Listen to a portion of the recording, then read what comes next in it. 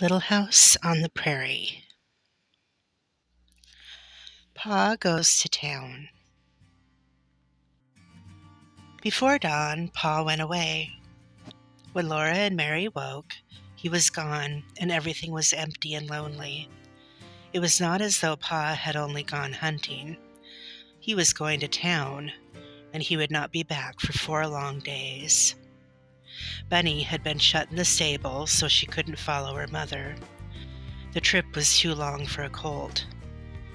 Bunny whinnied lonesomely. Laura and Mary stayed in the house with Ma. Outdoors was too large and empty to play in when Pa was away. Jack was uneasy too, and watchful. At noon, Laura went with Ma to water Bunny and to move the cow's picket pin to fresh grass. The cow was quite gentle now. She followed where Ma led, and she would even let Ma milk her. At milking time, Ma was putting on her bonnet when suddenly all Jack's hairs stood up stiff on his neck and back, and he rushed out of the house. They heard a yell and a scramble and a shout. "Call off your dog! Call off your dog!" Mr. Edwards was on top of the wood pile, and Jack was climbing up after him. "He's got me treed," Mr. Edwards said, backing along the top of the woodpile. Ma could hardly make Jack come away. Jack grinned savagely, and his eyes were red. He had to let Mr. Edwards come down from the woodpile, but he watched him every minute.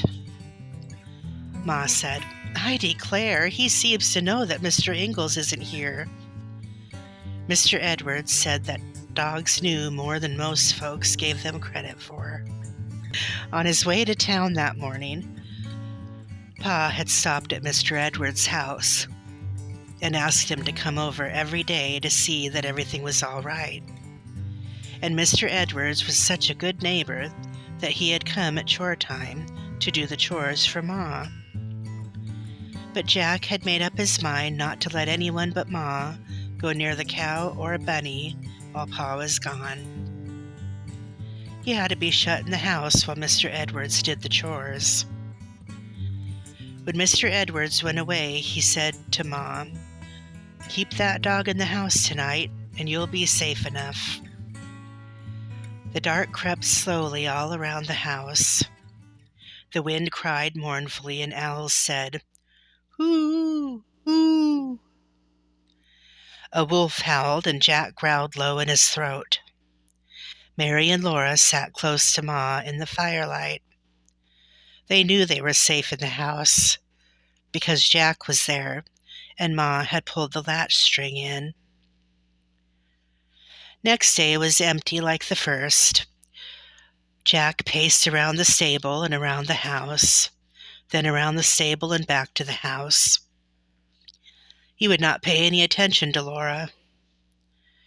That afternoon, Mrs. Scott came to visit with Ma.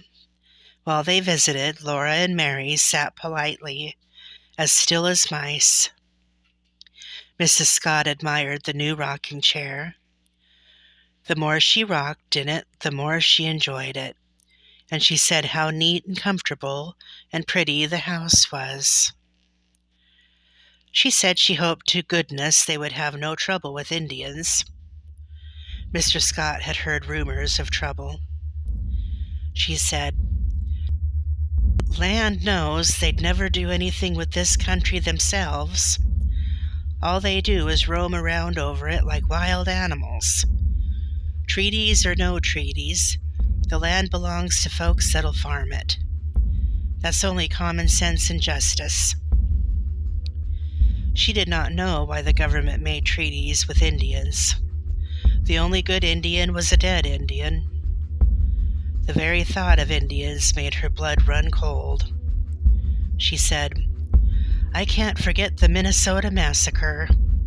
My pa and my brothers went out with the rest of the settlers and stopped them only 15 miles west of us. I've heard Pa tell often enough how they..." Ma made a sharp sound in her throat, and Mrs. Scott stopped. Whatever a massacre was, it was something that grown-ups would not talk about when little girls were listening. After Mrs. Scott had gone, Laura asked Ma what a massacre was. Ma said she could not explain that now. It was something that Laura would understand when she was older. Mr. Edwards came to do the chores again that evening, and again Jack treed him on the woodpile. Ma had to drag him off. She told Mr. Edwards she couldn't think what had gotten into the dog. Maybe it was the wind that upset him. The wind had a strange, wild howl in it, and it went through Laura's clothes as if the clothes weren't there. Her teeth and Mary's teeth chattered while they carried many armfuls of wood into the house. That night they thought of Pa in Independence. If nothing had delayed him, he would be camping there now, near the houses and the people. Tomorrow he would be in the store buying things. Then, if he could get an early start, he could come part way home and camp on the prairie tomorrow night, and the next night he might come home. In the morning the wind was blowing fiercely, and it was so cold that Ma kept the door shut. Laura and Mary stayed by the fire and listened to the wind screaming around the house and howling in the chimney. That afternoon they wondered if Pa was leaving Independence and coming toward them against the wind. Then, when it was dark, they wondered where he was camping. The wind was bitterly cold. It came even into the snug house and made their backs shiver while their faces roasted in the heat of the fire. Somewhere on that big, dark, lonesome prairie, Pa was camping in the wind. The next day was very long. They could not expect Pa in the morning, but they were waiting till they could expect him. In the afternoon they began to watch the creek road. Jack was watching it too. He whined to go out, and he went all around the stable and the house, stopping to look toward the creek bottoms and show his teeth. The wind almost blew him off his feet. When he came in, he would not lie down. He walked about and worried. The hair rose on his neck and flattened and rose again. He tried to look out of the window and then whined at the door, but when Ma went to open it, he changed his mind and would not go out. "Jack's afraid of something," Mary said. "Jack's not afraid of anything ever," Laura contradicted. Laura, Ma said. "It isn't nice to contradict." In a minute, Jack decided to go out. He went to see that the cow and calf and bunny were safe in the stable. And Laura wanted to tell Mary, "I told you so." She didn't, but she wanted to. At chore time, Ma kept Jack in the house so he could not tree Mr. Edwards on the woodpile. Pa had not yet come. The wind blew Mr. Edwards in through the door. He was breathless and stiff with cold. He warmed himself by the fire before he did the chores, and when he had done them, he sat down to warm himself again. He told Ma that Indians were camping in the shelter of the bluffs. He had seen the smoke from their fires when he crossed the bottoms. He asked Ma if she had a gun. Ma said she had Pa's pistol, and Mr. Edwards said, "I reckon they'll stay close in camp at a night like this." "Yes," Ma said. Mr. Edwards said he could make himself right comfortable with hay in the stable, and he would spend the night there if Ma said so. Ma thanked him nicely, but said she would not put him to that trouble. They would be safe enough with Jack. "I am expecting Mr. Ingalls any minute now," she told him. So Mr. Edwards put on his coat and cap and muffler and mittens and picked up his gun. He said he didn't guess that anything would bother her anyway. "No," Ma said. When she shut the door behind him, she pulled the latch string in, though darkness had not yet come. Laura and Mary could see the creek road plainly, and they watched it until the dark hid it. Then Ma closed and barred the wooded window shutter. Pa had not come. They ate supper. They washed the dishes and swept the hearth, and still he had not come. Out in the dark, where he was, the wind shrieked and wailed and howled. It rattled the door latch and shook the shutters. It screamed down the chimney, and the fire roared and flared. All the time Laura and Mary strained their ears to hear the sound of wagon wheels. They knew Ma was listening too, though she was rocking and singing Carrie to sleep. Carrie fell asleep, and Ma went on rocking. At last she undressed Carrie and put her to bed. Laura and Mary looked at each other. They didn't want to go to bed. "Bedtime, girls," Ma said. Then Laura begged to be allowed to sit up till Pa came, and Mary backed her up, till Ma said they might. For a long, long time they sat up. Mary yawned, then Laura yawned, then they both yawned. But they kept their eyes wide open. Laura's eyes saw things grow very large and then very small, and sometimes she saw two Marys, and sometimes she couldn't see at all. But she was going to sit up till Pa came. Suddenly a fearful crash scared her and Ma. Ma picked her up. She had fallen off the bench smack on the floor. She tried to tell Ma that she wasn't sleepy enough to have to go to bed, but an enormous yawn almost split her head in two. In the middle of the night she sat straight up. Ma was sitting still in the rocking chair by the fire. The door latch rattled, the shutters shook, the wind was howling. Mary's eyes were open, and Jack walked up and down. Then Laura heard again a wild howl that rose and fell and rose again. "Lie down, Laura, and go to sleep," Ma said gently. "What's that howling?" Laura asked. "The wind is howling," said Ma. "Now mind me, Laura." Laura lay down, but her eyes would not shut.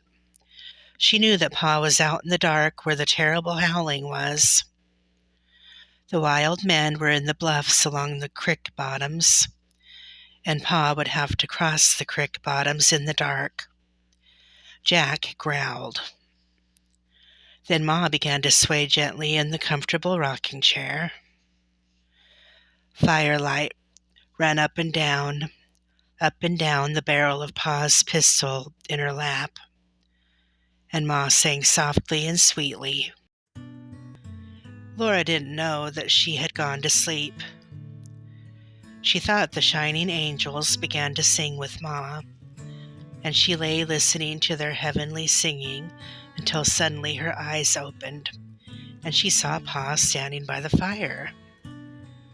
She jumped out of bed shouting, "Oh, Pa! Pa!" Pa's boots were caked with frozen mud. His nose was red with cold. His hair wildly stood up on his head.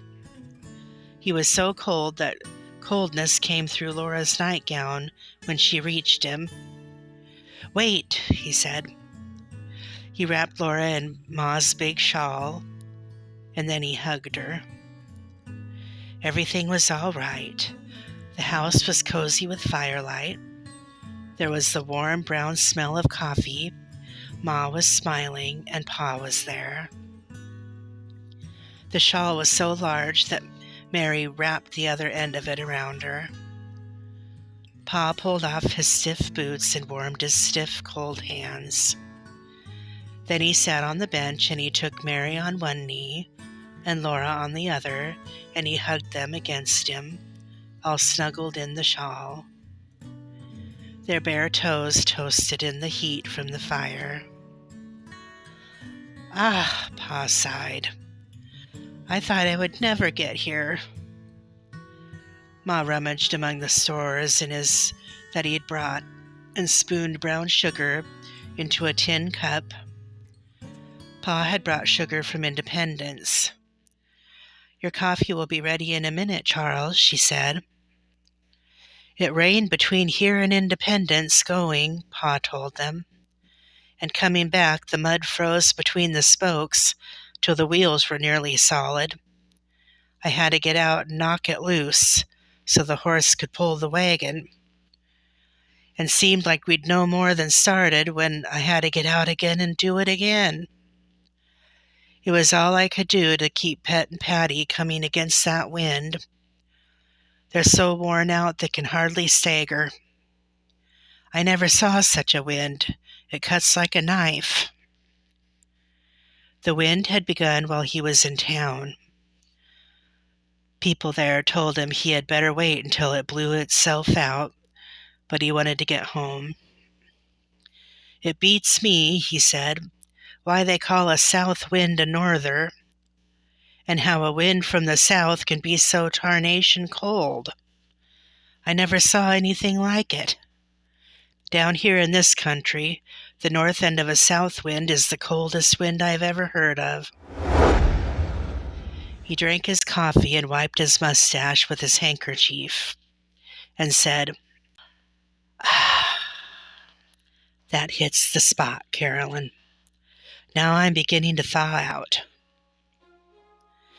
Then his eyes twinkled at Ma, and he told her to open the square package on the table. Be careful, he said. Don't drop it. Ma stopped unwrapping it and said, Oh, Charles, you didn't. Open it, Pa said. In that square package there were 8 small squares of window glass. They would have glass windows in their house. Not one of the squares was broken. Pa had brought them safely all the way home. Ma shook her head and said he shouldn't have spent so much, but her whole face was smiling, and Pa laughed with joy. They were all so pleased. All winter long, they could look out of the windows as much as they liked, and the sunshine could come in.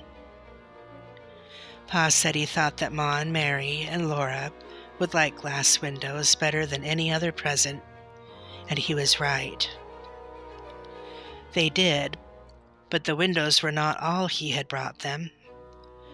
There was a little paper sack full of pure white sugar. Ma opened it, and Mary and Laura looked at the sparkling whiteness of the beautiful sugar, and they each had a taste of it from a spoon. Then Ma tied it carefully up. They would have white sugar when company came. Best of all, Pa was safely home again. Laura and Mary went back to sleep, very comfortable all over. Everything was all right when Pa was there, and now he had nails and cornmeal and fat pork and salt and everything. He would not have to go to town again for a long time.